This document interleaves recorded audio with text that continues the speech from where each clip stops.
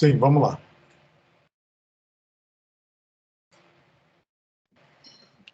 Bom dia, professor. Eu queria aqui mostrar o meu programa no CNC Simulator para validar. É só compartilhar. Ok. Também queria saber algumas coisas extras que tem que ter no programa, mas isso aí eu pergunto depois de mostrar.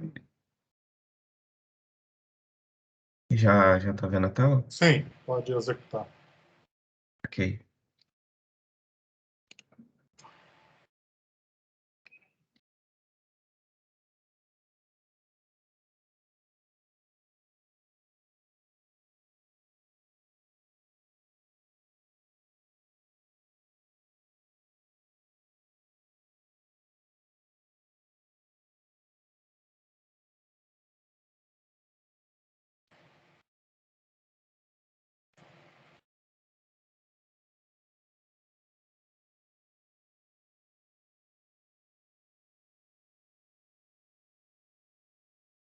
Você só voltou Z5, tá? Não é Z34, senão dá fim de curso. No Pô, final. é porque eu acho que eu copiei esse código aqui errado, na verdade. Não devia estar aqui, tá vendo que tem os Z5 antes? Pronto. Eu devia estar testando algumas coisas aqui. Aí eu deixei o Z34 ali. Tá ok. Qual é a sua outra dúvida? Então, deixa eu parar a simulação aqui. A minha dúvida era perguntar sobre a rotação do torno, porque eu tinha visto exemplos com o M3 e com o M4, e o M3 ele faz a rotação clockwise, né? Ele roda nessa direção, certo? Um é sentido horário, outro é anti-horário, né? Então, Sim, depende se a ferramenta está na frente ou na traseira do torno, né? Para ter um exato. corte no sentido correto. Então, isso é indiferente, porque a gente vai ligar manualmente, né, na máquina, né? Então, tanto Ah, faz. tá. Ah, tá. É porque aqui no CNC Simulator ele faz a simulação como se fosse rodando assim para trás mesmo, que fosse para rodar para frente. Aí isso me deixou meio assim, me dá uma agonia um pouco. Também eu queria saber quais são desses códigos que tem que comentar para poder pôr no arquivo e que informações tem que pôr extra, matrícula e nome? O G92, a linha 5, a linha 10, basicamente isso aí. A linha 5. Linha 5? Essa É, aqui. não, mas tem que comentar em cada bloco. Isso. Eu tô fazendo aqui um pouco.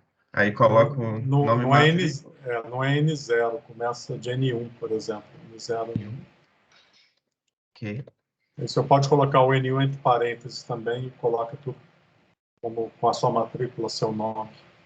Não, tudo. Todo o N1, isso. E aqui eu coloco minha matrícula e meu nome e eu envio lá no Isso, Aprender? isso, exatamente. Ok, obrigado. Bem, o próximo aí quem é? Davi? Diga, Davi. Oi, professor. Era só para mostrar o desenho da fresa para o senhor dar uma olhada. Pode compartilhar. Aqui, ó.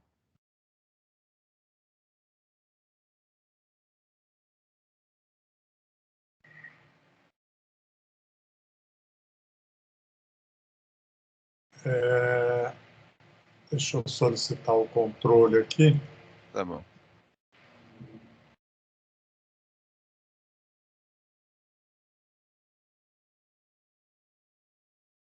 Isso aqui, ó. Uhum.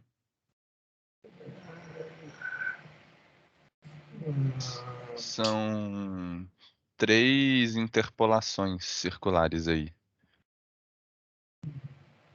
Enfim. Deixa eu ver. O problema é que seu rasgo é isso aqui? Aham, é como se fosse um martelo e seria a parte, tipo, de segurar assim. Aí como se fosse para dar uns detalhes.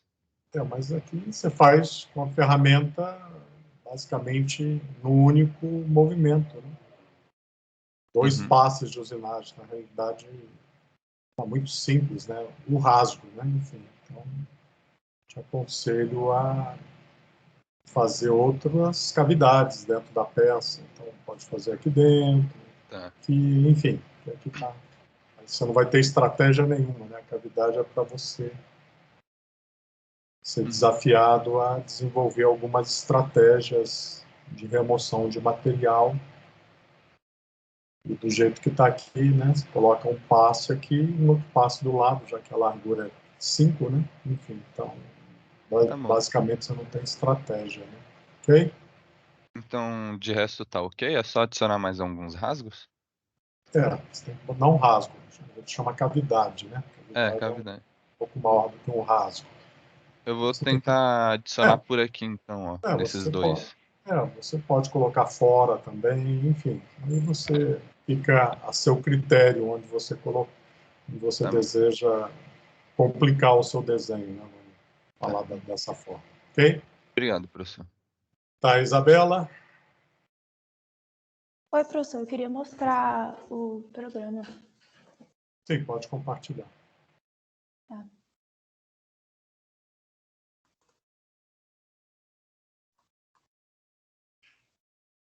Tá aparecendo aí? Tá, pode executar.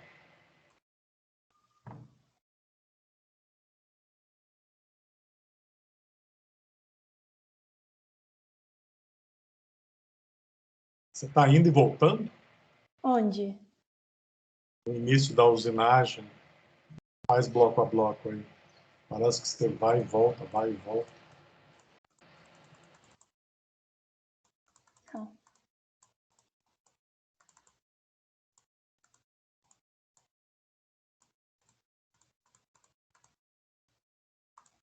Aqui? Pera, vai fazendo, deixa eu assistir. Você volta no mesmo, você não tem estratégia de retração, né? Você vai até o X18 e volta cortando ao contrário. Vai executando, tá vendo? Você está em X18, aí vai para Z0, vai para 17, aí você usina na mesma superfície que você tinha usinado anteriormente. Vai, continua aí.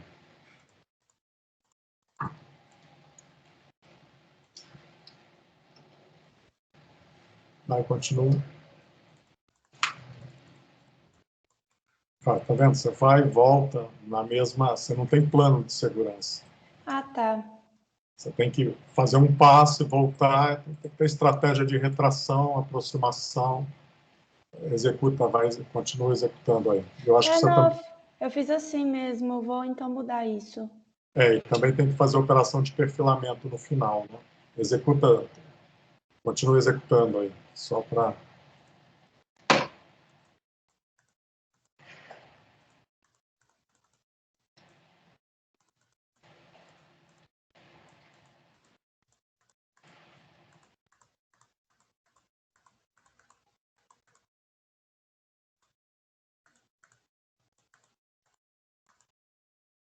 Aí você não faz perfilamento, tá vendo? Você teria que fazer uma última operação contornando toda a peça. Ah, tá. Entendeu? Entendi. Tá bom, então. Próximo aí, quem é? Fernanda? Professor, eu vou te mostrar aqui a imagem da fresa, para você verificar. Tá, ok.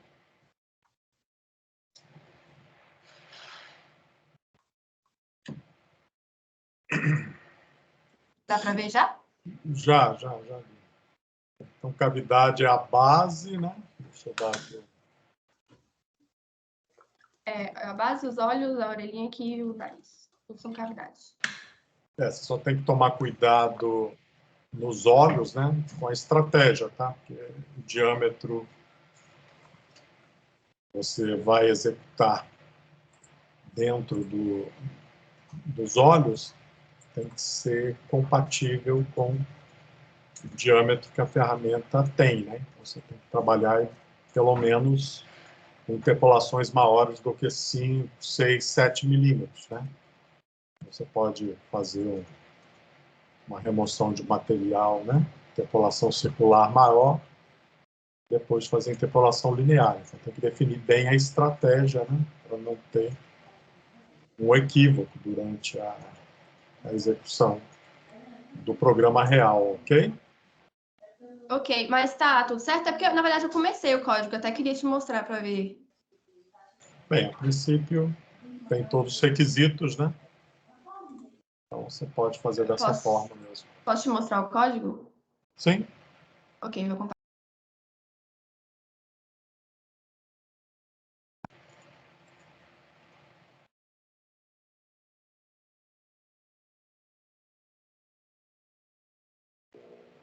Só aumenta, tá, a imagem. Isso, pode executar.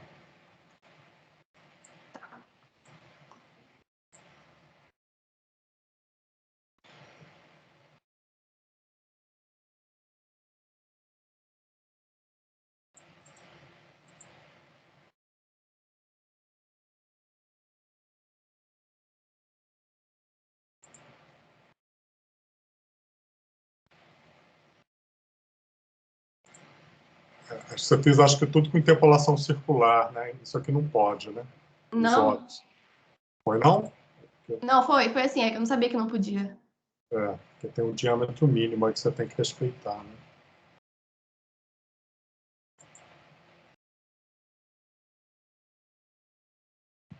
E você também fez umas interpolações circulares aí, também vai dar algum problema, tá vendo? Você tem que mudar a estratégia, senão ele não vai conseguir realizar a interpolação por causa da ferramenta, né? Na verdade, na orelha eu fiz, foi linear, não foi circular, não. Não.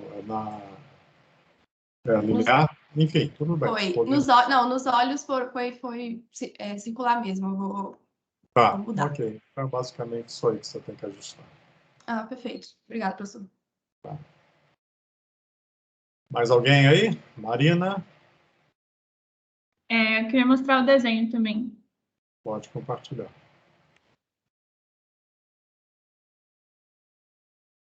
Aí eu botei as letrinhas só para não ficar escrevendo um monte de dentro, mas em teoria nesse foguinho, ó, esse aqui de dentro seria mais fundo do que esse aqui de fora, e esse todo de fora aqui seria só o contorno também. Ó, deixa eu pegar o seu controle aqui. Bem, você sabe que a ferramenta tem 3,5, né? Sim. É porque Pediu o está em controle. escala, cada quadradinho vale o dobro, na verdade. Bem, então, vamos supor que você vai fazer cavidade aonde? Essa cavidade você tem que rachuriar, né? Isso Aí, aqui tá. Uhum. aí o que acontece? Ó, segue a minha ferramenta aqui. Isso aqui é uma cavidade, correto? Uhum.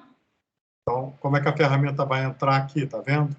Tá. Então, essas pontas não existem. Isso aqui também não existe, porque a ferramenta ela tem 3,5, né, de diâmetro, então ela vai, quando entrar aqui, ela vai deixar um arredondamento dela mesmo, né, de 3,5. Então, Uhum. ela nunca vai resolver, né, essa geometria que você definiu. Por quê? Tá. Porque em qualquer local que você entrar com a ferramenta aqui, ela não vai criar essa ponta, porque a Uhum. ferramenta tem 3,5. Então, o menor raio que você tem que ter de arredondamento aí é 3,5, né? A não ser que você fizesse aqui o contorno, né? Viesse aqui, né? Aí depois fizesse aqui, enfim. Aqui já ia destruir, tá vendo? Porque Uhum.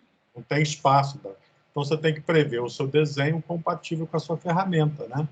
Então, tem que aumentar essas distâncias, não criar esses ângulos tão fechados, né? Tem que deixar ângulos mais abertos. Tá. Caso contrário, você vai ter problema. Aqui também, tá vendo? Ó, toda essa Uhum. região aqui, ó, ferramenta, isso aqui eu não sei se é contorno ou não, a ferramenta vai chegar aqui e não vai conseguir fazer isso porque ela tem 3,5, né? Aí você tem pontas aqui, então você tem que redefinir o seu desenho, aqui é a mesma coisa. Então tem que aumentar isso aqui, tem que deixar, né, com uma largura maior, porque você tem que imaginar que a ferramenta vai entrar aqui dentro. Uhum. Se a ferramenta entrar aqui dentro, essas pontas ela não vai construir, entendeu? Tá bom. Então, para construir isso aqui, você teria que usar uma ferramenta bem menor, né? Uhum. Mas esse é o caso só quando for uma cavidade, né? Se eu for só fazer o O contorno... contorno, a mesma Ah, tá coisa. bom. O contorno é a mesma coisa. Se você fizer aqui, ó, chegar aqui, ó, com a ferramenta, ela vai vir aqui. Isso aqui é tão fechado que ela já usinou o outro lado do seu Uhum. desenho. Ela chegou aqui, ó. Pronto, já usinou o outro lado, porque não tem a distância mínima de 3,5. Tá bom. Então, entre uma geometria e outra, você tem que deixar, né? Ou então você faz, né, geometrias com tangência da ferramenta, entendeu? Entendi. Bom, então você está dirigindo um carro, você vai pegar a tangência da curva. Então, aí você vai passar de tal forma entre um arco e outro, né, entre uma curva e outra, que você não vai destruir a operação anterior. Entendeu? Então tem que aumentar essas coisas aí. Bem, Matheus, diga. Deixa eu compartilhar aqui, professor, para mostrar o código da vela. Aqui, deixa eu... Pode rodar? Sim.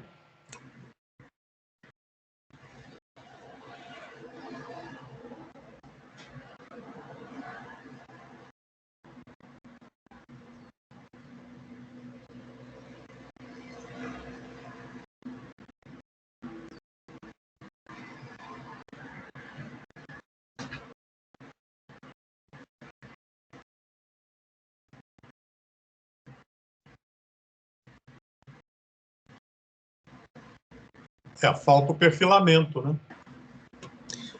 Eu não fiz ele, professor, porque essas usinagens foram feitas na altura da peça, então eu tinha que deixar Não, a mais... aí você muda, né? Ah, tá. Aí você Okay, então. redefine seu desenho e tira 1 milímetro a mais. Seu perfilamento, você não tem qualidade na peça, né? Senão fica muitos riscos, né? Devido à descontinuidade da usinagem, né? Por isso que você tem que colocar. Ok? Ok, então. Vou modificar. Tá, acho que a Marina já foi, né? O Matheus foi agora. Mais alguém aí?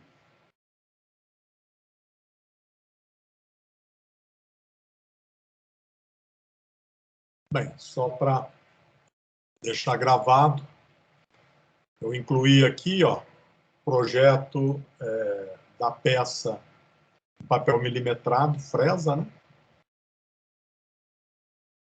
Entrega até 6 de outubro. E entrega do programa NC até 21 de outubro. Ok? Então, aqueles que estiverem trabalhando aí com fresamento já podem disponibilizar o projeto, depois que eu aprovar. Acho que eu coloquei 0 horas do dia 27. Enfim, de qualquer forma, eu tenho que aprovar. Se alguém submeter e eu não receber, tá? Tiver alguma crítica, né, devido à data, me avisa e eu mudo a data da submissão. Quem fala? É o Yuri. O senhor poderia colocar 23h59 do dia anterior? Porque aí fica no dia da entrega. Se o senhor coloca 0 hora, quer dizer que a gente tem até só o dia, por exemplo, que entrega dia 21, a gente tem só até o dia 20. E aí bate o olho aí e acha que tem um dia a mais para fazer. Gera alguma confusão com os alunos. Aqui, entrega do programa, acho que eu coloquei aqui... 21 de outubro, certo? Dia 21. Sim, mas está até a 0 hora. Então quer dizer que a gente tem só até o dia 20. 23 dias e 13. Entendeu? Não, tudo bem. Depois eu modifico, se for o caso, né?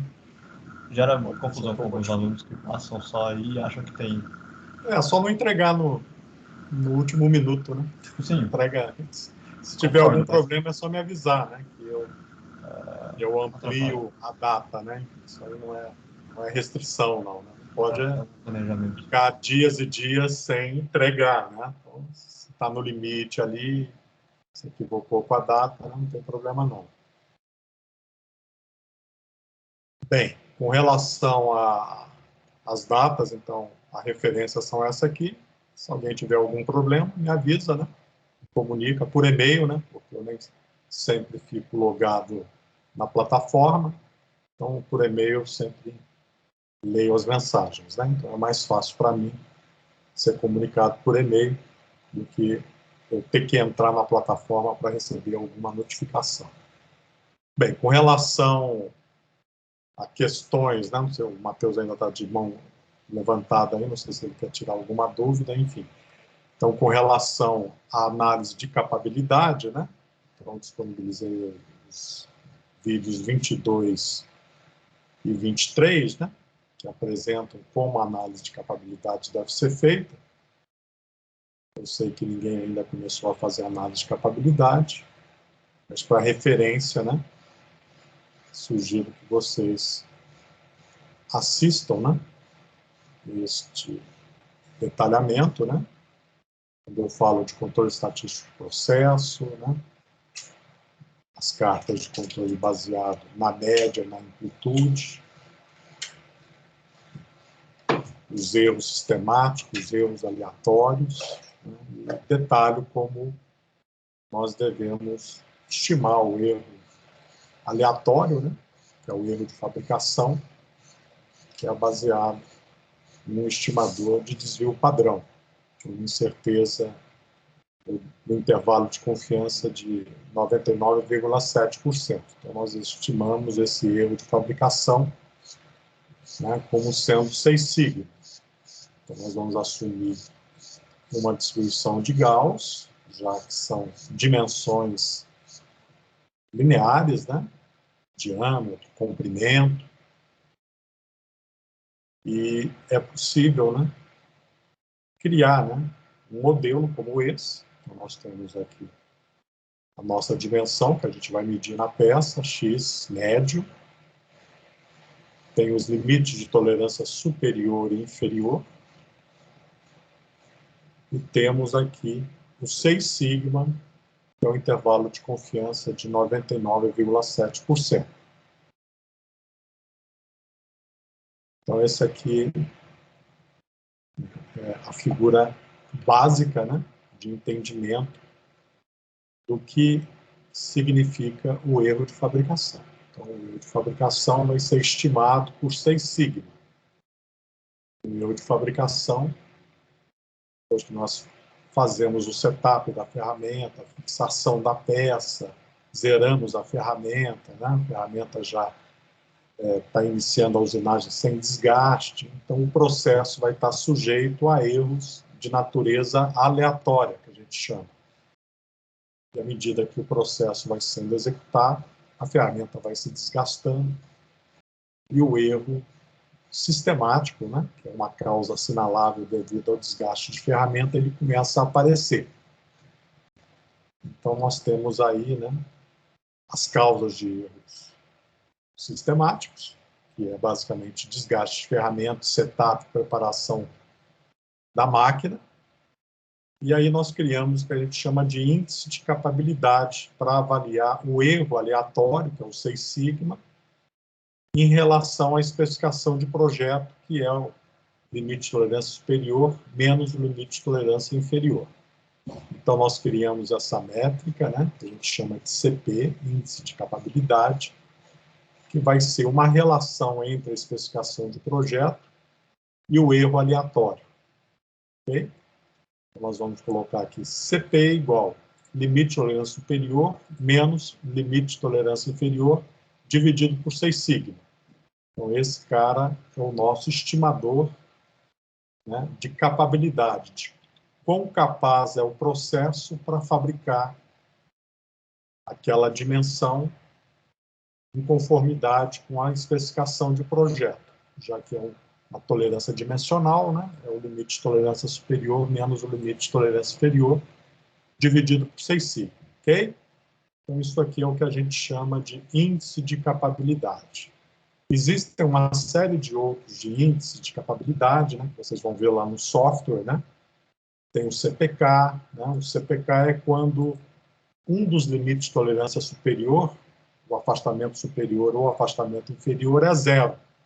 Então, nós só vamos trabalhar com a cauda direita ou com a cauda esquerda da nossa distribuição de Gauss. Aí, o nosso erro de fabricação não é mais 6 sigma, e sim 3 sigma. Ok? Então, se o limite de tolerância inferior é 0, se esse cara aqui é 0, quer dizer que a minha peça pode assumir no máximo o valor de projeto X, né? O valor nominal, e esse valor nominal mais um afastamento superior. Então, isso aqui, quando LTI é 0 ou LTS é 0, afastamento superior ou afastamento inferior, um dos dois é 0, a gente usa normalmente para aqueles ajustes, né, de furo base, eixo base, vocês já devem ter visto em algum momento aí, né, do curso, né, talvez na disciplina anterior, ou então na disciplina associado aos aspectos de metrologia, enfim. Então, você tem a possibilidade de escolher ou o afastamento superior 0 ou o afastamento inferior igual a 0.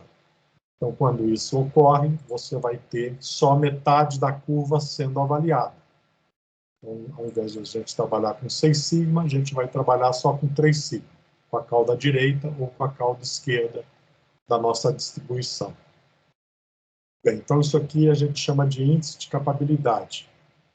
Aí tem um índice de capabilidade que nós vamos calcular, né, através das nossas medições, e o software vocês vão utilizar, quando vocês utilizarem a análise de capabilidade, ele vai calcular uma capabilidade real e uma capabilidade potencial. Então, essas duas capabilidades, né, esses dois índices de capabilidade, a potencial é quanto o processo pode melhorar, e a real é o que você está obtendo efetivamente com as suas amostras. Nós não vamos entrar nesses detalhes, porque aí tem que envolver uma medição de vários tipos de máquinas, né, vários turnos de trabalhos, vários fornecedores de peça bruta. Então, tem uma série de outros, vamos dizer assim, fontes de erros que podem estar presentes no processo.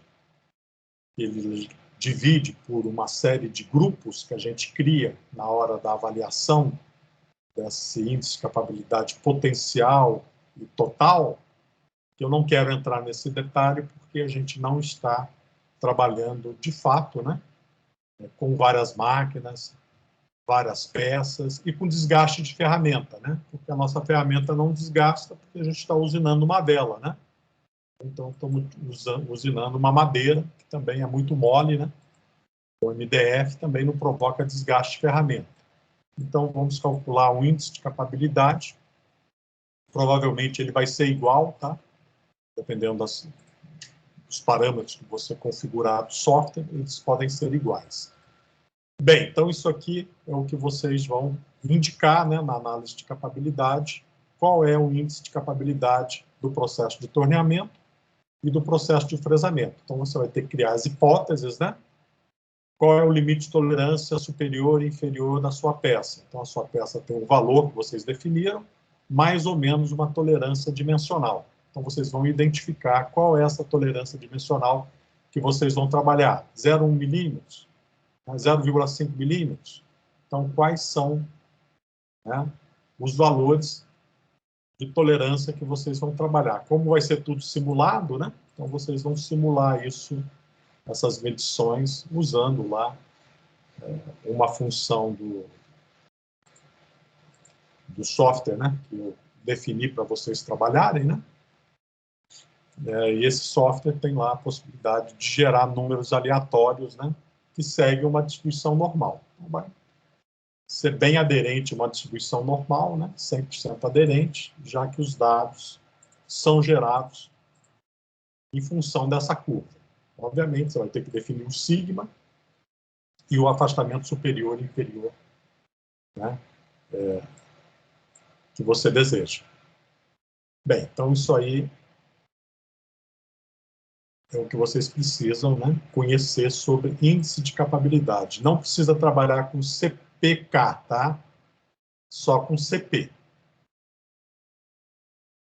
Então, aí o detalhe, né? Então, quando o CP é igual a 1, né, quer dizer o quê? Que essa distância, LTS menos LTI, afastamento superior menos afastamento inferior, é igual ao 6 sigma.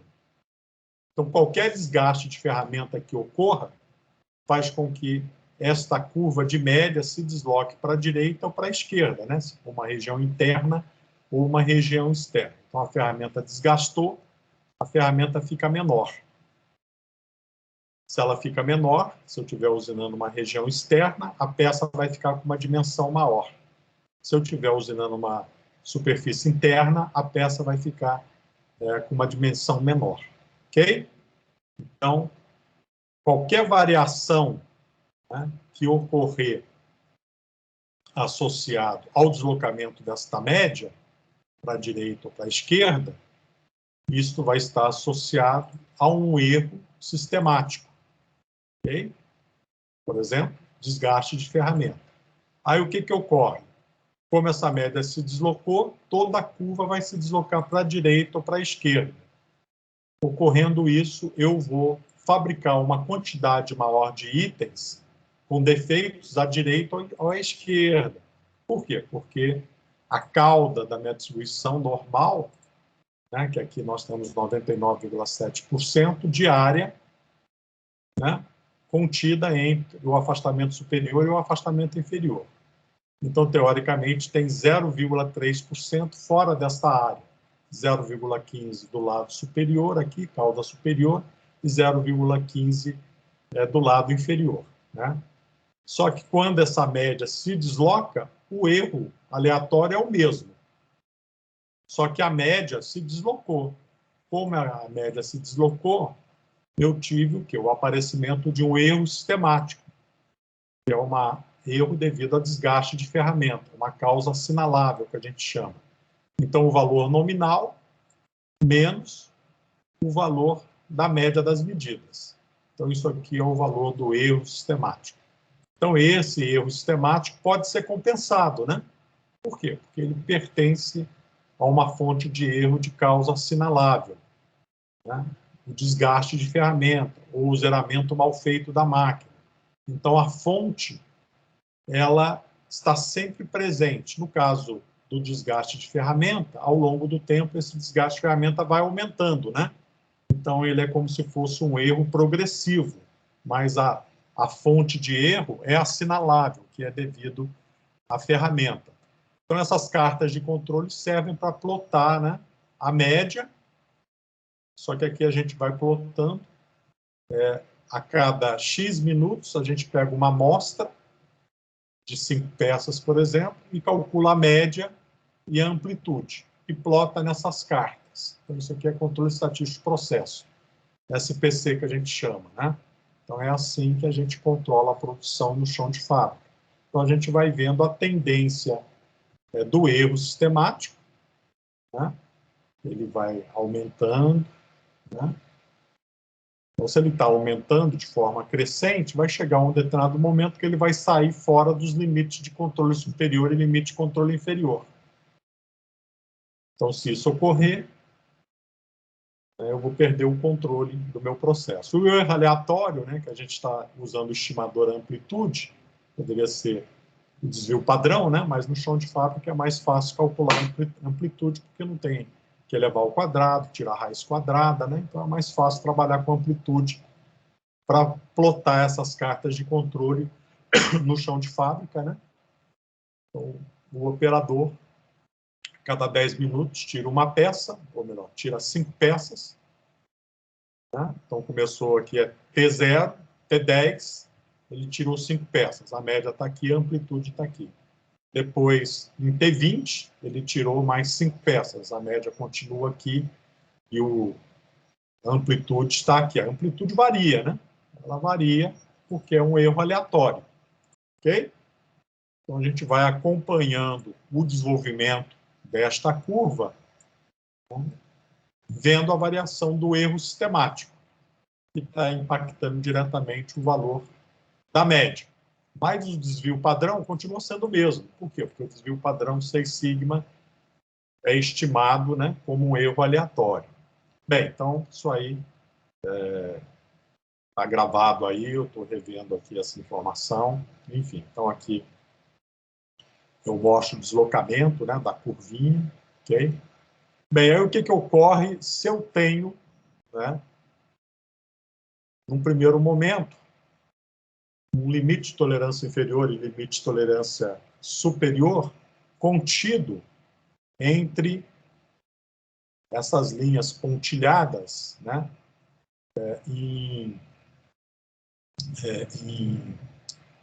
em rosa, ok?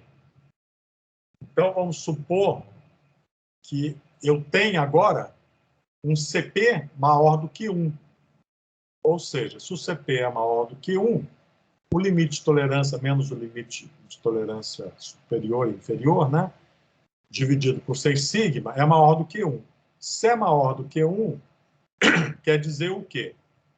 Que o 6 sigma, okay, ele é menor do que esse intervalo de tolerância. Então, à medida que os erros sistemáticos vão aparecendo, a curva se desloca para essa nova região, né, rosa, só que agora eu não estou fabricando ainda peças tão ruins, né, fora do especificado. Por quê? Porque eu tenho agora mais margens para fabricar coisas, né, dentro do limite de tolerância superior e inferior, porque o 6 sigma, ou seja, o erro de fabricação, eu estou estimando aqui pelo 6 sigma, ele é menor do que o intervalo de tolerância. Então, eu consigo absorver os erros sistemáticos. Então, quando essa curvinha se desloca, o novo x médio 1 mais n, né? Isso quer dizer o quê? Que eu tenho possibilidade agora de absorver esse erro sistemático sem produzir uma quantidade de peças com mais defeitos ainda. Por quê? Porque eu tenho 6 sigma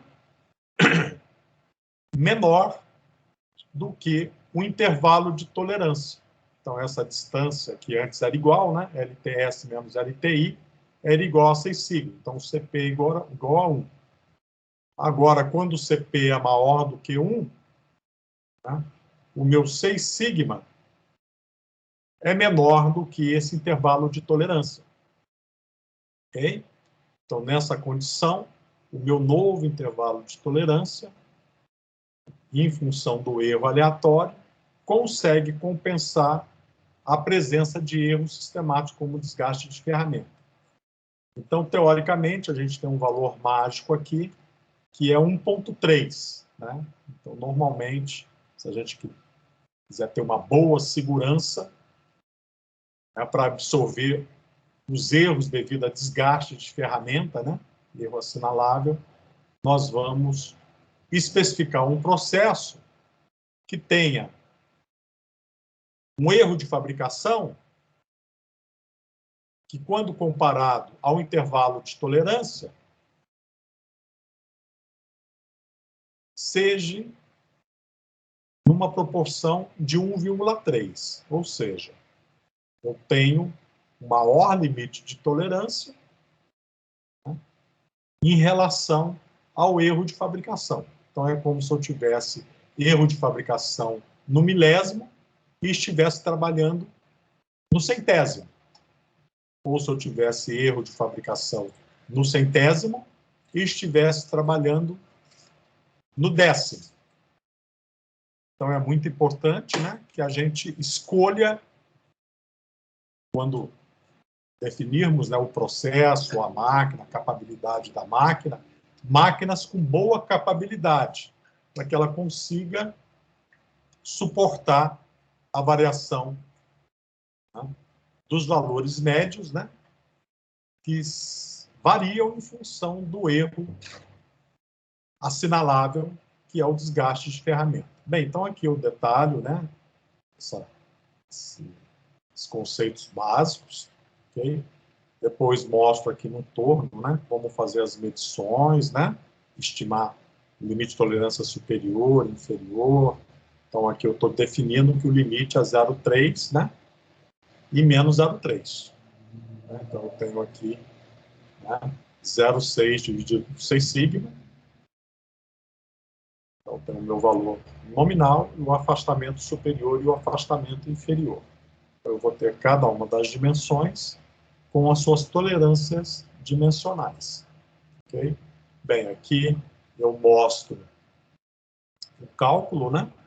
E como a gente tem várias medições, né? D1, D2, D3, D4, né? Por uma mesma peça, então eu vou calcular um CP médio. Okay? Então, CP1 ao quadrado, mais CP2 ao quadrado, mais CP3 ao quadrado. Né? Somo tudo isso, divido por N, né? N pode ser igual a 5, né? Que são 5 medições, e tiro a raiz quadrada de tudo isso aí. É uma forma de se fazer um estimador, né? Bem, e também tem a parte de erro geométrico. Então, existe um erro geométrico no torno, né? Então, aqui é a peça fixada na castanha. Essa aqui é a linha de centro da castanha. Depois que nós balanceamos a vela, então a linha de centro da vela, né? Teoricamente, se não tivesse erros, né, de montagem, de fabricação na máquina, eu teria o quê? Uma linha de centro gerado pela castanha, que deveria ser paralelo a esta linha da minha região cilíndrica. Mas o que que ocorre, né? Eu tenho aqui a ferramenta que se desloca na direção Z, e aquela suporte da ferramenta foi fixado numa mesa ZX, e essa mesa ZX deveria ser montada de forma paralela a essa linha de centro. Ok? Para minimizar os erros geométricos. Como existe um erro geométrico, né? Então, esta linha de centro não é 100% paralela à linha gerada pela movimentação do fuso, né? Que desloca a ferramenta na direção Z. Então, como existe um erro, uma angulação entre esses dois caras, eu vou gerar dimensões diferentes. Vamos supor que eu estivesse usinando aqui 20 milímetros, saí de 30 e deixei um eixo de 20, com comprimento até Z-100. Só que existe um erro, né, de geometria. Por quê? Porque a montagem da torre não é paralela à linha de centro da minha placa. Então, à medida que eu vou usinando isso aqui, eu vou ter diâmetros maiores do lado direito do que diâmetros que eu estou usinando do lado esquerdo. Por quê? Porque existe uma inclinação, um erro de paralelismo entre a linha de centro gerado pela placa e a linha gerado pelo fuso de esfera recirculante que está montado, né, à mesa na direção Z. Então, isso aí é o que a gente chama de erro geométrico desta máquina, ok? E aí, esse erro geométrico, ele é abordado aqui, né, no segundo vídeo, que é esse cara aqui, ó, ok? Então, por que que a gente não faz em relação aos diâmetros? Porque os diâmetros que vocês trabalham podem variar. Pode usar 20, 19, 18, 17. Então, nós trabalhamos com o erro sistemático, que é o diâmetro médio de cada seção, né? Menos, né, o diâmetro de projeto. Ok? Então, este valor é o valor do erro sistemático que a gente vai plotar nas nossas curvas. Então, a gente vai para cada um dos diâmetros, pegar o erro sistemático, esse cara aqui, ó, e construir uma curva como essa. Então, eu vou ter para o D1 esse erro sistemático, para o D2 esse outro, e assim sucessivamente. Aí você vai fazer, pelo método dos mínimos quadrados, um ajuste de curva, e vai achar o erro de paralelismo. Como é que eu acho o erro de paralelismo? Por onde essa curva foi ajustada, eu pego os valores acima e abaixo mais extremos. E esse é o erro de paralelismo da minha máquina. E aqui, ó, é o ângulo, né? Já que esse ângulo não é zero, ele tem aqui uma inclinação, 1 grau, 2 graus, 3 graus, que é a inclinação dessa reta. Bem, então isso aí vocês vão fazer, né? Para a máquina torno, e também vão fazer algo semelhante para o fresamento. Então, o fresamento, a gente tem a peça que a gente vai usinar, ok? Aí nós vamos fazer as medições na direção X e na direção Y, ok? X1, X2, X3, X4, X5, 6, 7, várias dimensões. E em Y também. Agora a gente está trabalhando em X e Y porque é o plano de trabalho, né? Bem, isso aqui é o posicionamento em zero lá, né? Tem esse valor de 175, mas a ferramenta tem um diâmetro. Então, na realidade, essa distância de projeto é 175 menos 3,5. Por quê? Porque a ferramenta tem um diâmetro. Bem, então, o que eu vou fazer agora é basicamente a mesma coisa, né? Para o eixo X e para o eixo Y, eu vou ver o erro de perpendicularidade entre X e Y.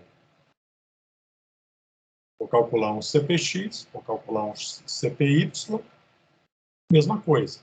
E depois vou fazer um estimador de CPX e CPY, ok? Então vai ser CPX ao quadrado mais CPY ao quadrado e raiz quadrada disso aqui. Então isso aqui é o nosso estimador, né? O valor mais provável que nós temos a contribuição dos erros na direção X e dos erros na direção Y. Okay? Bem, a mesma coisa nós vamos fazer para os erros geométricos da máquina. Então, nós vamos plotar um EXY, ou melhor, um erro sistemático em X e um erro sistemático em Y. Vamos calcular o metros mínimos quadrados, vamos ver a angulação e vamos ver depois o erro de perpendicularidade entre esses dois eixos. Né? Então, existe aqui, né, um documento, que é uma dissertação de mestrado, o retrofitting do robô, que eu indico aqui, ó. Está disponível aqui no acesso, tem um link aí na disciplina.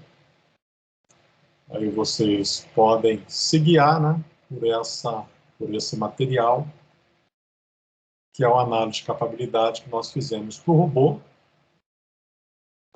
As duas curvas, né, nós plotamos, e aqui a equação, né, que nós utilizamos.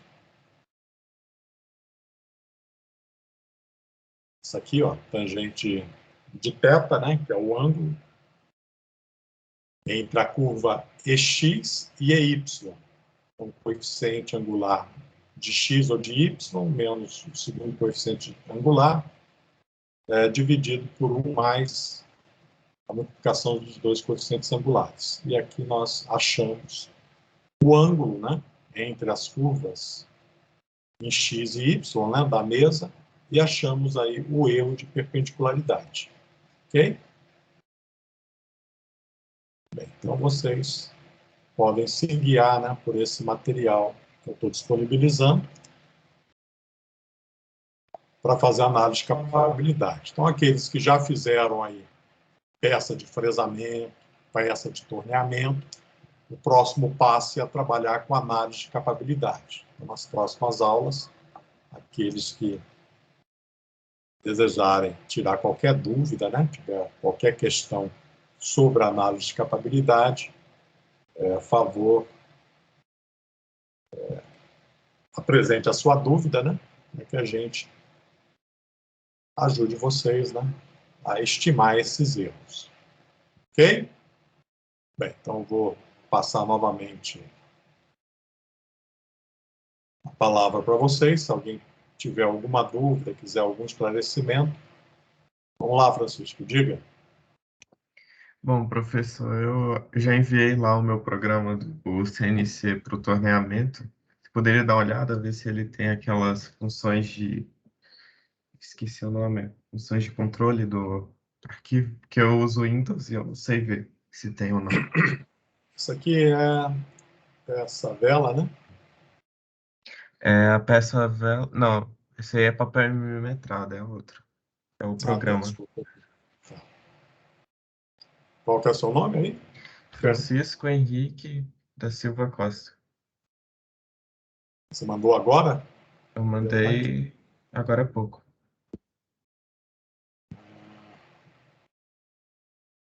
Tá por ordem de envio? Normalmente ele apresenta, mas vamos ver aqui. Francisco, né? Uhum. Ah, tá aí, ó. Eu vi ela. Ela tá mais perto do fundo. Esse Aí, aqui? ó. Uhum.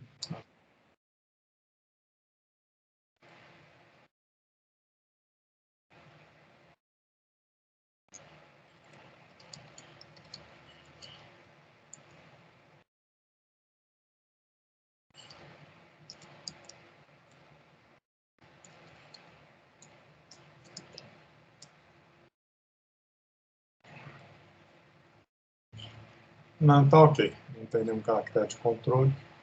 Só ver se você finalizou lá no final, né? Uhum.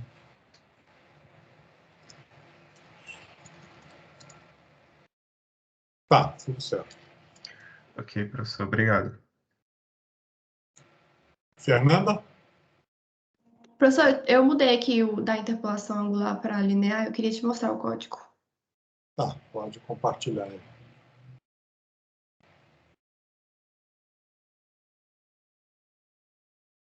Sim, Dá pode para ver, executar. né? Beleza. Sim.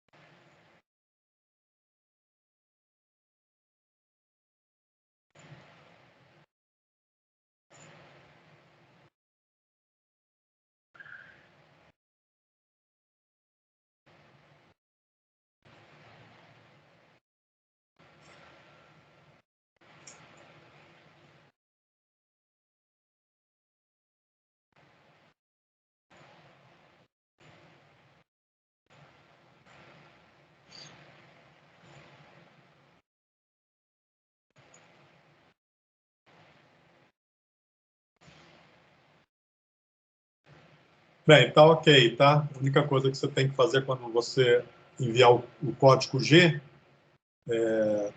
tudo que for G0, né, você transforma para G1, tá bom? Só isso. E comentar as linhas como você fez no outro caso.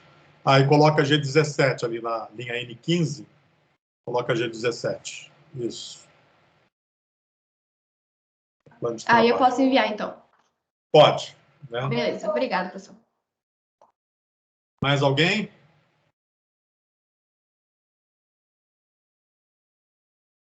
Bem, então alguns aí, pelo menos a Fernanda já finalizou as duas atividades, né? Agora ela tem que começar a fazer a análise de capabilidade. Então, eu recomendo aí que você baixe o software, né? Caso não tenha baixado o Minitab, baixe o Minitab, está disponível lá no site, né? E começa a entender como fazer a análise de capabilidade. Assiste os vídeos novamente, me questiona aí sobre como fazer, enfim. Então agora você já parte para uma nova fase aí, que é a análise de capabilidade. Sim, diga, Marina. Professor, só uma pergunta. Na análise de capabilidade, é para salvar os gráficos que ele faz em cada...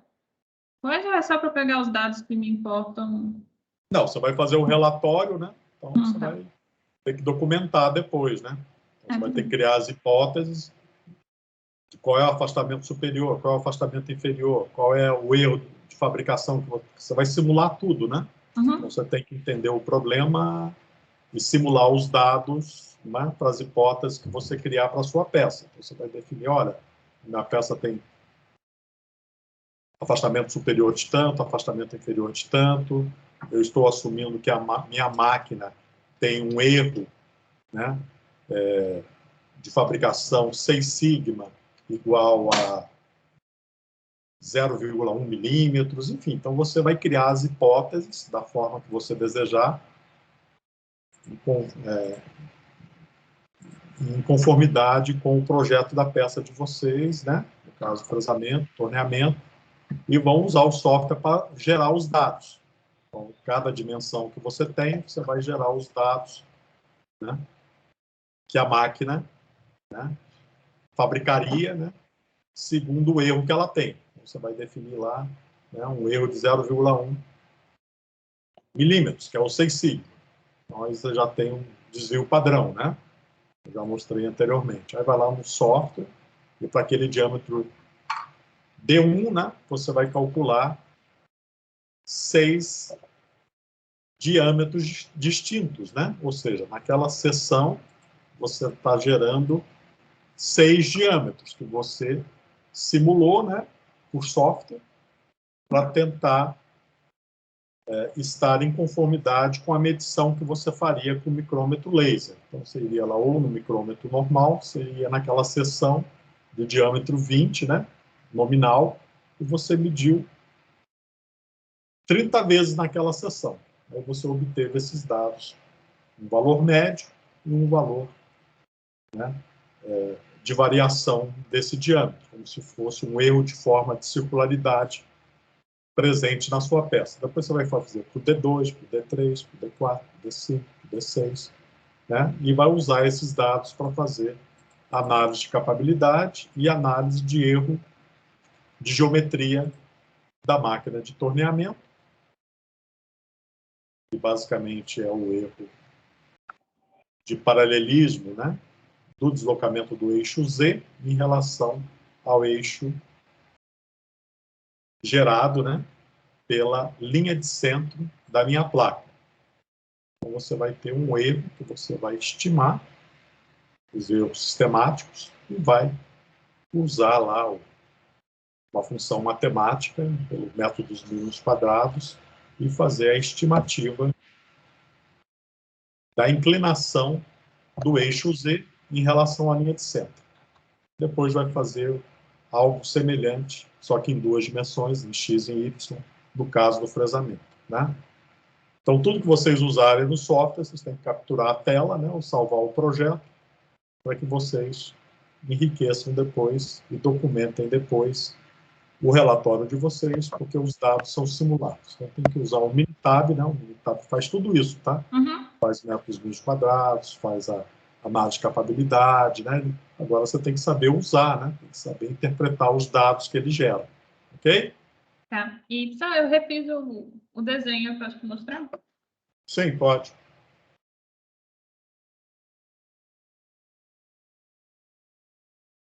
Pronto. Fiz só ele maior.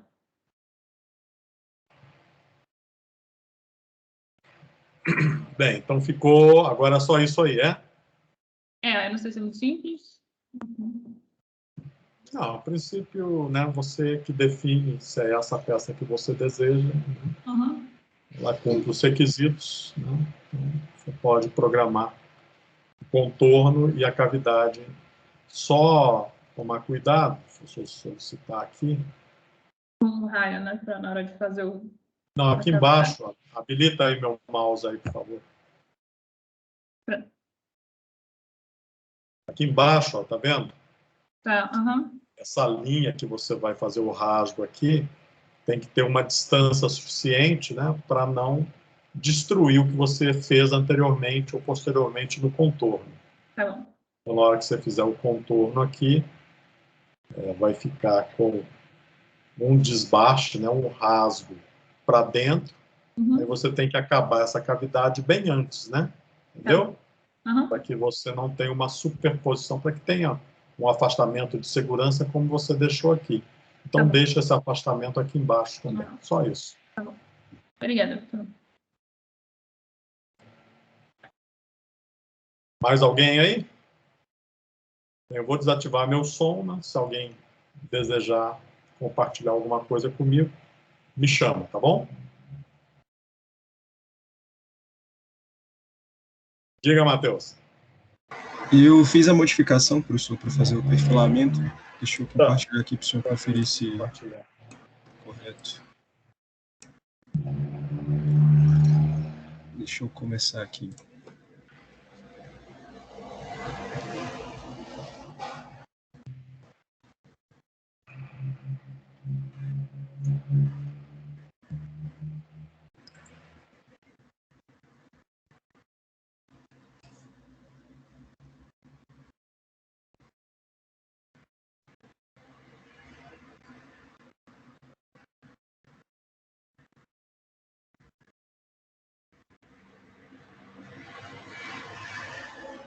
Tá ok. Só atualiza o seu desenho, tá? Ok, Com a dimensão correta, né? Se for o caso, atualiza também lá no site. ok. Obrigado, professor. Mais alguém aí?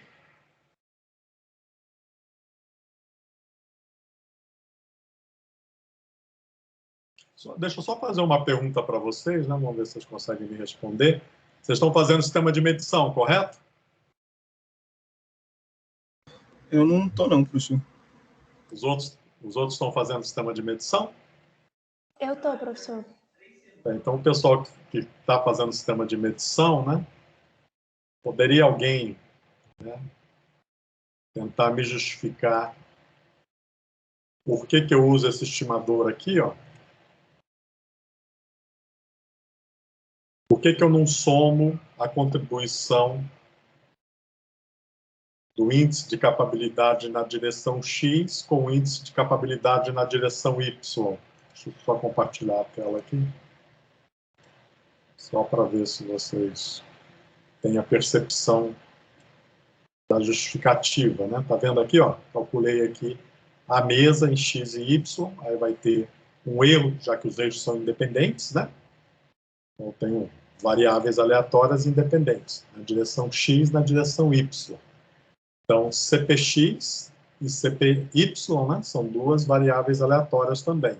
Por quê? Porque a gente calculou isso aí em cima dos valores associados ao erro de fabricação, que foi estimado pelo desvio padrão, né, de uma função normal, e também pela definição do intervalo de tolerância, o afastamento superior menos o afastamento inferior, dividido por 6 sigma, na direção X, direção Y. Aí o que eu pergunto aí, né, para quem tiver condições de responder ou chutar, né, por que eu estou usando como estimador do índice de capabilidade de X e Y essa expressão aqui, ó, a raiz quadrada de CPX ao quadrado mais CPY ao quadrado. Alguém sabe?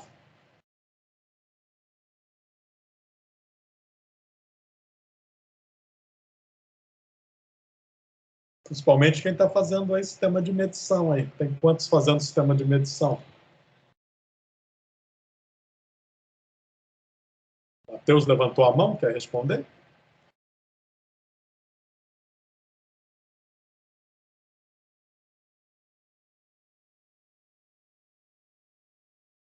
Ninguém quer responder isso? Ninguém quer chutar?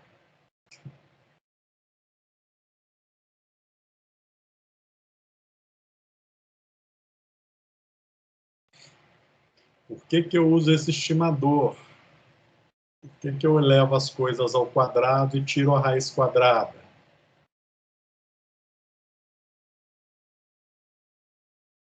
Ninguém tem uma ideia por que isso é feito dessa forma? Ou porque eu estou fazendo dessa forma? Matheus, Marina, quer falar, Marina? Eu não lembro exatamente, mas eu lembro que em algumas aulas o senhor comentou que é porque isso faz com que não pegue nem o mínimo, nem o máximo, e aí consegue dar um valor mais real. É exatamente isso, né? Então, eu tenho condições de pegar valores que não correspondem à condição de máximo ou à condição de mínimo, né? Então, a condição de máximo e a condição de mínimo são os extremos. Como a probabilidade do erro ser máximo ou mínimo simultaneamente é pequena, então eu não posso assumir que a soma dos erros máximos, nesse caso, né, a gente está lidando com o máximo, representa estatisticamente a melhor capabilidade do processo. Então, quando a gente eleva ao quadrado os dois termos de contribuição e faz a soma e tira a raiz quadrada, então nós estamos minimizando a ocorrência dos máximos ou dos mínimos, que a gente está garantindo que a gente, né, está mais aderente a pegar um valor representativo de uma distribuição, né, a gente pode pensar que é de Gauss, então isso só vale para Gauss também, tá? Em Gauss a gente usa o estimador do desvio padrão, né, elevando as coisas, a variação em relação à média, né, e tirando a raiz quadrada. Então isso só vale para uma distribuição normal, né? E é mais ou menos o mesmo princípio que tem lá do estimador do filtro de Kalman, né? Então, talvez aí vocês já tenham visto aí o estimador de Kalman, né? Do filtro de Kalman, para a gente estimar a posição que nós deveremos ocupar, né? Desde que a gente tenha as equações que descrevem aquele processo, né? Deslocamento de um robô, deslocamento de uma aeronave, deslocamento, né, de uma espaçonave. Então, a gente está baseado nas medições, só que o sistema de medição também tem erro, né? Então, normalmente, quando a gente faz, né, um estimador de filtragem de Kalman, né, a gente vai utilizar o erro de medição, contribuindo também para o cálculo do posicionamento. Então, nós estimamos e medimos, estimamos e medimos. Então, fazemos sucessivas estimativas e medições e comparamos, né? Só que temos que levar em conta também o valor do erro do sistema de medição. Então, quando a gente constrói as nossas equações diferenciais, né, que governam o movimento, por exemplo, né? Então, nós temos lá as contribuições do erro do sistema de medição que nós estamos utilizando para comparar o valor estimado com o valor medido. Então, quando a gente faz essas estimações, a gente faz as correções, né? E vamos ficando mais próximo do valor real que efetivamente aquele objeto deveria ocupar no espaço, né? Então, carros autônomos, robôs, aeronaves, balística, tudo isso usa, né, modelos baseados na distribuição normal, né? E usando a distribuição normal como modelo, a gente pode incluir os erros dos sistemas de medição que nós utilizamos e calcular, né, esse valor do erro, né, desse erro aleatório que eu estou chamando aqui, né, estimado aí pelo 6 sigma, no nosso caso aqui, como sendo, né, um parâmetro que vai influenciar o desempenho do sistema, né, a estimativa, porque eu estou levando em conta agora, né, a posição real que o objeto deveria estar, mais o erro associado à instrumentação que está me dando essa posição. É como se eu tivesse, por exemplo, um GPS de precisão ou não, né, de décimos ou de metros, onde eu vou conseguir estimar, né, e corrigir em função do erro presente. Então, eu vou ter, né, um valor probabilístico ali associado à posição que eu deveria estar. Então, por isso, né, que a gente usa sempre na metrologia, né, estimadores, né, como este aqui. Okay? Se a gente quer pegar a contribuição de variáveis aleatórias independentes, né? Elas não podem ser dependentes. Por isso que eu frisei no início que a máquina gera pulso na direção X e na direção Y de forma independente. Então, eu não dependo, né, de X e de Y, eles não têm uma vinculação, né, não tem uma função que relaciona esses dois movimentos, porque eles são independentes. Né? Por quê? Porque as equações que governam a cinemática são independentes. Então, o movimento X pulsos em X e X pulso em Y para obter uma posição X e Y. Mas as variáveis X e Y são independentes. Isso já não ocorre em robô serial, né? Um robô, né, tipo um robô industrial, né?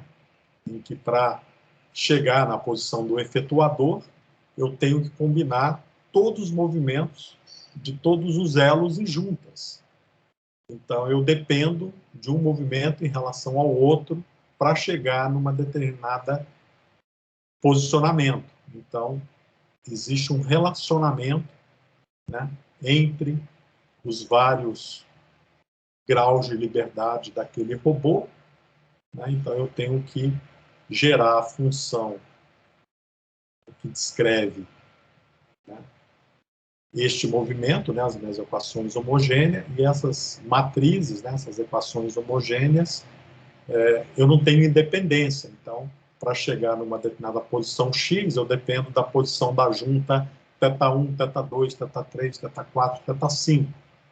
Então, esse tipo de máquina, que não é cartesiana, né, é muito mais complexa em termos de modelagem e de estimativa, né, e de correção de erros. Né? Por quê? Porque as variáveis, as grandezas envolvidas ali, têm equações, né, que relacionam um determinado posicionamento em X para determinadas posições que dependem, né, do ângulo que nós colocamos cada um daqueles motores, né, daquelas juntas, para obter uma determinada posição. E eu posso mudar as posições, por isso que não é independente, e obtenho a mesma posição de X. Então, eu mudo as orientações das juntas para o mesmo TCP, né? Para a mesma posição do efetuador. Então, o efetuador está na mesma posição no sistema de coordenadas X, Y, Z, A, B e C, né? Sistema de Euler, só que os ângulos das juntas que definem essa posição, X, Y, Z,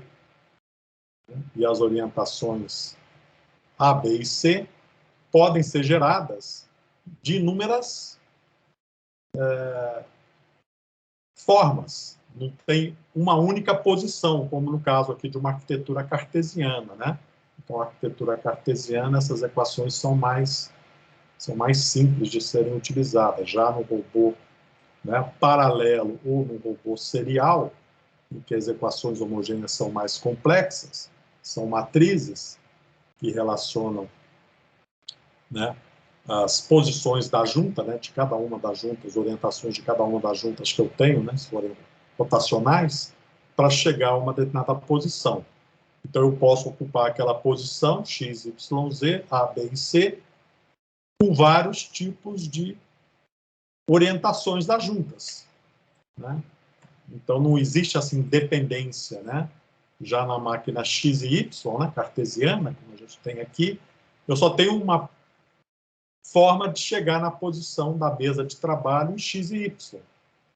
Não tem outras opções, como no caso, né, de um robô serial, um robô paralelo, em que a equação homogênea é muito mais complexa e as posições de junta são independentes das posições do sistema de coordenada X, Y, Z, A, B e C. Né? Então, isso é importante que vocês entendam, né, dentro do comando numérico, que essas máquinas cartesianas, que a gente faz essa análise bem simples, né? Que conhecimento aí de segundo grau, a gente resolve toda a cinemática da máquina. Já um robô industrial, né, serial ou paralelo, a cinemática é muito mais complexa porque as equações homogêneas são muito mais complexas. Então, essa independência não existe. Né? Então, é mais complexo fazer esse tipo de estimativa porque vai depender dos erros, né, de cada uma das juntas, de cada um dos elos, porque eu posso chegar numa determinada posição x, y, z no meu sistema cartesiano, posicionando as juntas, né, de cada um dos eixos do meu robô, 6 eixos do robô, e pode ter N soluções, diferente do mundo cartesiano, aqui das máquinas cartesianas, que só tem uma solução, né? Por quê? Porque há independência das juntas, né, dos eixos x e y, em relação à posição que a gente quer ocupar no sistema de coordenada cartesiana. Por quê? Porque o sistema de coordenada é cartesiano e a máquina é cartesiana, diferentemente de um robô, né, com 6 graus de liberdade, né, um robô, uma geometria mais complexa, um robô serial, em que eu não tenho essa independência da forma como nós temos no sistema de coordenada cartesiana. Então é importante vocês entenderem isso para fazer esse tipo de análise, tá bom? E certamente aí, se vocês fizerem aí sistemas de, a parte de sistemas de medição e virem toda essa parte de modelagem, né, associada ao filtro de Kalman, né, os estimadores que nós utilizamos. Então, tudo isso pode ser utilizado aqui dentro desses conceitos, né, que eu estou apresentando de comando numérico e análise de capabilidade que a gente está levando, né, em consideração esses aspectos da combinação de fontes de erros do eixo X e do eixo Y de forma independente e fazendo uma estimação, levando em conta a probabilidade da ocorrência dos erros que não vão ocorrer simultaneamente nas condições de máximo ou de mínimo. Então é melhor a gente ter uma estimativa mais realista, como é feito na estimativa da filtragem de Kalman, né, em que a gente fica somando, né, as contribuições dos erros aleatórios, desvio padrão, e a gente fica somando os erros aleatórios, né, nas nossas equações. Então é a mesma coisa que eu estou fazendo aqui, é o que a gente faz no filtro de Kalman. E a grande justificativa é porque nós estamos trabalhando, né, dentro de um modelo, né, em que podemos utilizar o modelo gaussiano. Ou seja, o nosso processo real, que é o erro dimensional, ele é modelado de uma forma bastante aderente por uma função de Gauss. Então, em função dessa aderência, esses conceitos podem ser aplicados dessa forma. Agora, se eu tivesse aqui um outro tipo de distribuição que o meu sistema seguisse, né, que o meu modelo não é tão aderente a Gauss, aí sim eu não posso usar esse tipo de abordagem, né, porque o desvio padrão não caracteriza o processo real. Então, a gente tem a média e o desvio padrão, que são as duas características que dão todas as informações probabilísticas que a gente precisa sobre o nosso processo, sobre o nosso mundo real. Se o mundo real não é gaussiano, se ele não respeita uma distribuição normal, aí tudo isso perde o sentido, né? A gente não pode botar esses conceitos, não podemos trabalhar com filtro de Kalman, então tudo isso tem que ser modelado de uma forma distinta. Mas como o mundo é muito gaussiano, né? A maioria dos nossos processos em engenharia são distribuições de Gauss, então normalmente a gente consegue ter uma boa aderência e usar esses modelos para a grande maioria das aplicações em engenharia de controle, de manufatura, enfim, porque é muito aderente. Bem, então mais alguma questão aí, mais alguma dúvida? Alguém quer submeter alguma coisa agora, não está conseguindo submeter, então estou aqui à disposição daqueles que pretendem submeter algum material, né? Lembrando que nós temos também o dia 30, né? A lista de exercício, né? Até agora, acho que só uma pessoa enviou, de fato, a lista de exercício. Então, até dia 30, hein? cuidado aí com a data, com os horários, né? Para não se equivocarem. Mais alguma questão? Diga, Davi. Oi, professor. Eu dei uma arrumada aqui no meu desenho, que o senhor tinha falado que era bom eu ter mais alguma cavidade, né? Aí o senhor pode dar uma olhada? Sim, pode compartilhar.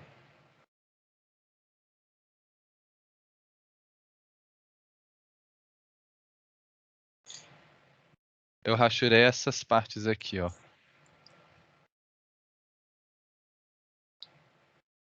Eu vou pedir aqui o controle, tá? Aham. Bem, eu recomendo, ó, como a ferramenta, ó, faz de conta que a minha cabeça aqui é a ferramenta, tá bom? Aham. Então, quando ela entrar aqui, ela não vai fazer essa coisa quadrada. Uhum. Como você vai fazer uma cavidade aqui, né? Então, você tem que lembrar que quando a ferramenta entrar aqui, né, ela vai, o espaço que você for utilizar, eu não sei como você vai fazer, torneamento assim, você vai fazer interpolação circular, enfim, você vai ter que definir a sua estratégia, né? Talvez o mais simples seja fazer circular, tá vendo? Faz circular Foi o que eu uma, pensei. depois uma outra, né? E depois, né, você, os diâmetros ficarem pequenininhos, você faz aqui uma interpolação linear, né, para acertar a geometria. Mas, de qualquer forma, quando você chegar nessa extremidade, isso aqui não vai ficar quadrado, tá? Uhum.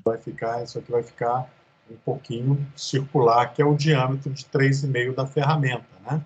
Aham. Então vai ter um raio de arredondamento aqui, só para você fique ciente, né, de que a fabricação vai gerar esses raios de arredondamento, né? Uhum.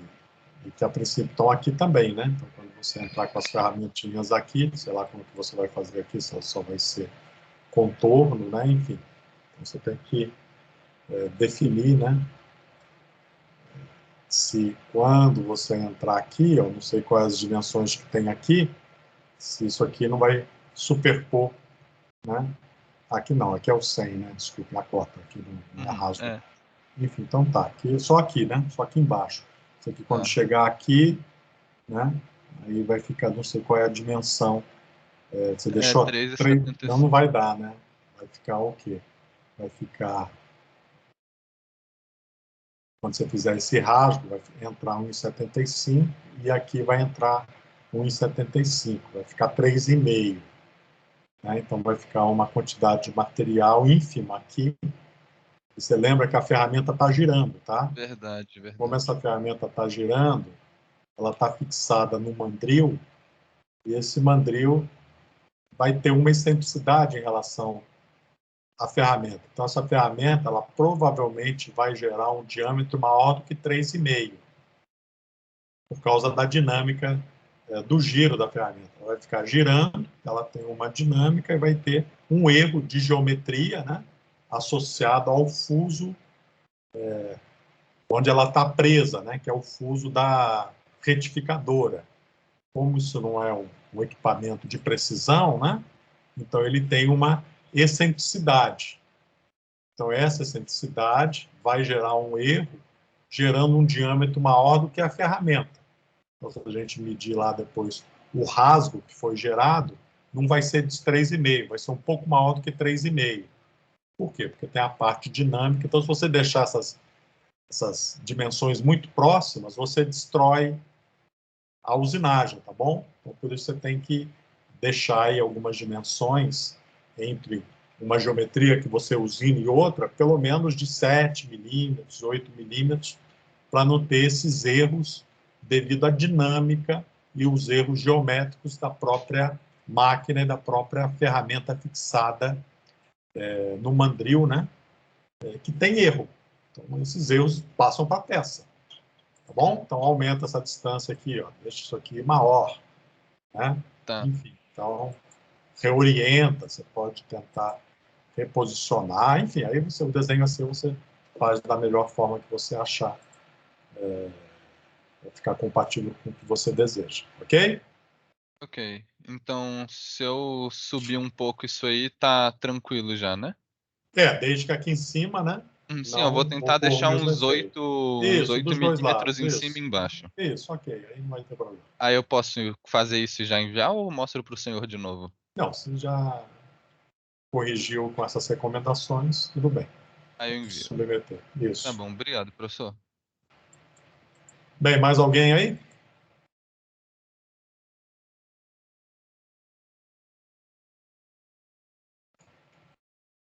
Bem, se alguém desejar aí, eu vou. Vocês me chamam, tá? Levanta a mão aqui, eu só vou tomar uma água aqui e já volto. Só um minuto.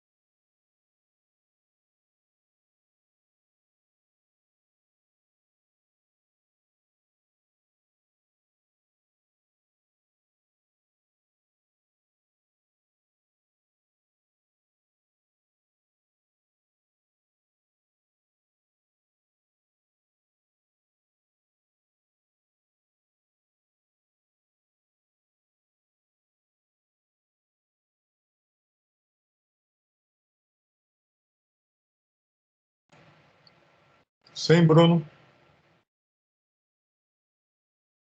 Alô? Consegue me ouvir? Bem baixo, não? Diga. Estava terminando aqui o programa do torneamento e eu tive uma dúvida.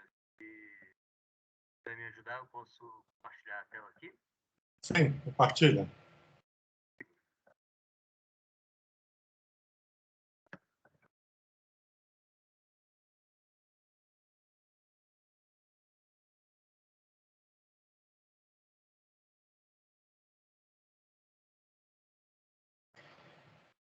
Tá dando para ver a minha tela aqui? Sim, diga. Bom, a minha primeira dúvida, na verdade, foi em relação ao meu faceamento. Eu tirei vou simular aqui, que acho que facilita. Fiz ele tirando 1 milímetro de cada vez, de Z0 até Z-2. E agora que eu vou fazer a interpolação angular, isso me pareceu errado, porque a ferramenta não tem o comprimento suficiente, né? E queria saber se está errado mesmo. Não, Desculpa. não pode fazer dessa forma, né? Porque você vai chocar a ferramenta, né? A base da ferramenta contra a peça. Então, não pode executar dessa forma. Tem que mudar. O faceamento é a última forma. Você tem que diminuir a face, né? Você está com a face muito. Cadê seu desenho? Eu já vi seu desenho? Já submeti, inclusive. Enfim, então você tem que mudar a estratégia para não facear da forma que você estava faceando, né? Mostra de novo o seu desenho, por favor. Ok. Mostra de novo. Desenho não, desculpe. Começa de novo a usinagem, bloco a bloco. Para esse, né? Começa de novo. Isso aí está prejudicado. Bloco a bloco. Você botou rápido.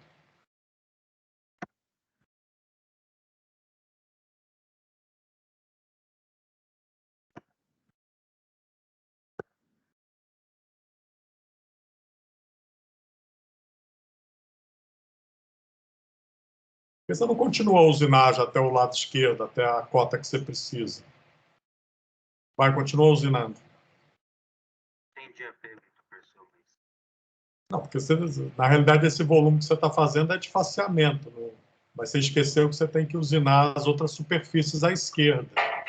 Então, por que você não usina as outras superfícies à esquerda? É para não fazer esse faceamento, isso não é nem faceamento, né? Esse torneamento longitudinal com uma ferramenta que não... Está vendo? A ferramenta já está tocando com a região que não corta, então não pode, né? E ela vai bater ali no suporte preto dela, né? Vai passo a passo aí, para eu ver o...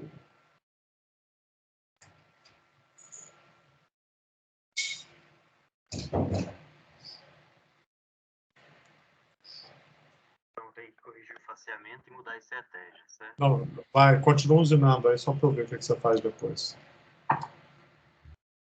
Bom, porque você não continua fazendo isso aí desde o início. Vai, faz de novo. Você pode fazer isso aí, não precisa fazer aquele faceamento equivocado, né? Continua usinando isso aí. Aí depois você faz o faceamento, depois que você acabar, isso vai, continua. Minha segunda dúvida é justamente aqui. Eu percebi que ficou que a interpolação angular ficou errada e eu não percebi por quê. Eu fiz os desbastes antes. E por que a interpolação ficou errada?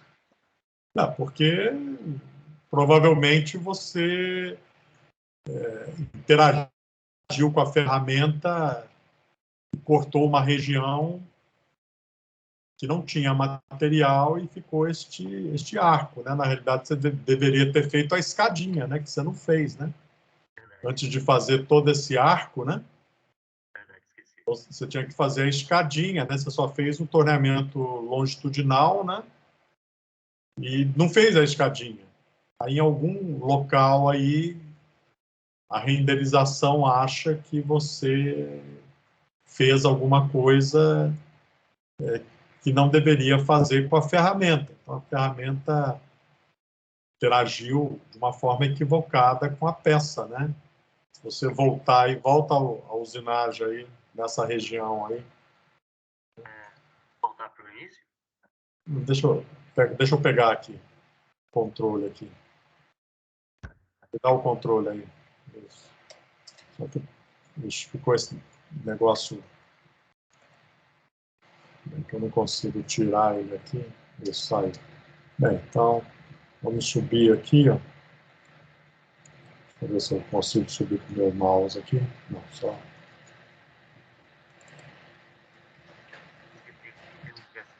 Isso, então, interrompe aí, por favor. Acho que eu não consigo mais como conectar com você. Bem, para que eu não estou vendo toda a sua tela. Pronto, já parei de controlar. Pausa tudo. Cancela tudo aí.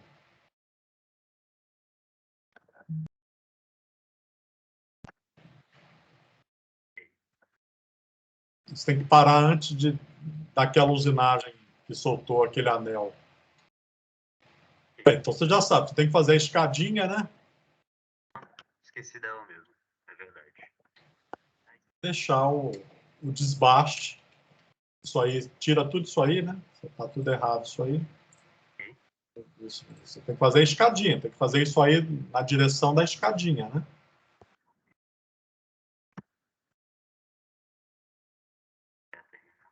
Então vamos ver o que aconteceu com a sua interpolação circular.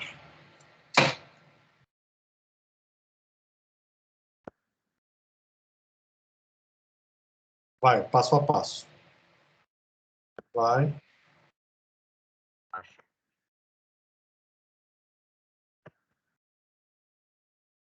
Você foi, pronto, você foi até x0 e depois, então você começou uma interpolação lá de x0, cara.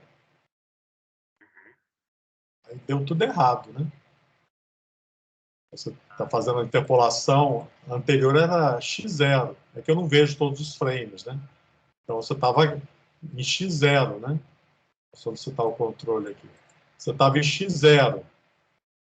Aqui, ó. Tá vendo? Aí você gerou essa interpolação, aí ele fez errado, né? Ele interpretou, não tinha material para fazer essa interpolação. Isso aqui é Z-2. Ele começou aqui, ó. Entendeu? Você fez uma interpolação, você não está nem em x0, né? Não tem material em x0. Entendi. O material é Z-2, não é? Desculpe, Z0, né? É Z-2 que você tem material, né? Então muda aqui, ó. Muda Z0 para Z-2, por favor.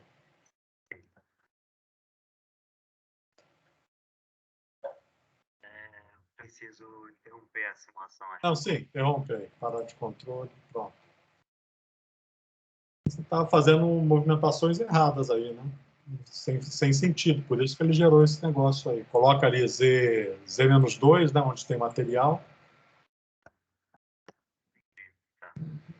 Agora deixa ele usinar tudo, né? Só para ver o que ele vai fazer. Né? Só para ver se ele... E como poderia ser uma nova estratégia de faceamento? Fazer o faceamento... Não, é a última operação que você tem que deixar, cara. Você tem que deixar, vendo os outros vídeos, né? Tem que deixar o espaço para a ferramenta atuar, né? Essa ferramenta não tem espaço aí. Não tem espaço aí, ela vai chocar contra a peça. Você tem que fazer tudo isso. A escadinha... Tá vendo? Isso aí que você está fazendo é que ele entra na peça lá dentro. Porque você não fez a escadinha. Você tem que fazer a escadinha, cara. Entendeu? Ele cortou o material aqui, ó. Solicitei o controle. Ele cortou o material e fez a interpolação, tá vendo? Só que você não fez a escadinha. Você fez a escadinha só no começo. Você não fez a escadinha aqui. Entendi. Aí, quando ele cortou o material, essa cara saiu, né? Então, esse cara soltou da peça, né? Por quê? Porque você não fez a escadinha, né? Entendeu? Tem que fazer a escadinha, cara. Essa é a minha dúvida em relação à interpolação. Realmente, eu esqueci da escadinha, esqueci que tinha que fazer. Senão vai gerar uma superfície como essa aí, ok? Então, resolve aí com a escadinha, né? Aí, professor, sem eu ter o faceamento feito, Não, você não precisa do faceamento, você vai fazer uma interpolação circular aqui, começa a interpolação circular do zero. começar do zero, né? Aí faz a escadinha, muda o seu desenho, né, e faz a escadinha correta. Para não ocorrer isso, entendeu? Senão você remove um local que você não usinou, porque não fez a escadinha, aí ele tirou o material, soltou o material, né? Ele não fez errado, ele fez correto, né? Por quê? Porque esse material, de fato, existe na peça bruta. Você não usinou ele, entendeu? Entendi. Tudo bem. Obrigado, professor. Mais alguém aí deseja compartilhar alguma coisa?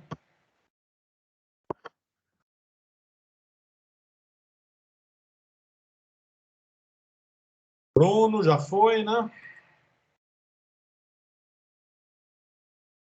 Bem, então, se ninguém mais tem nenhuma dúvida, se ninguém mais tem nada para compartilhar. Isabela, diga. Oi, professor, dei uma ajeitada no que o senhor tinha falado que estava errado, da retração e do perfilamento. Eu queria mostrar. Tá, pode mostrar.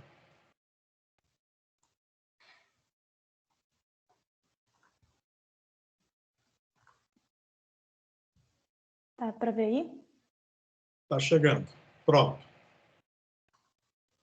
Vou dar play.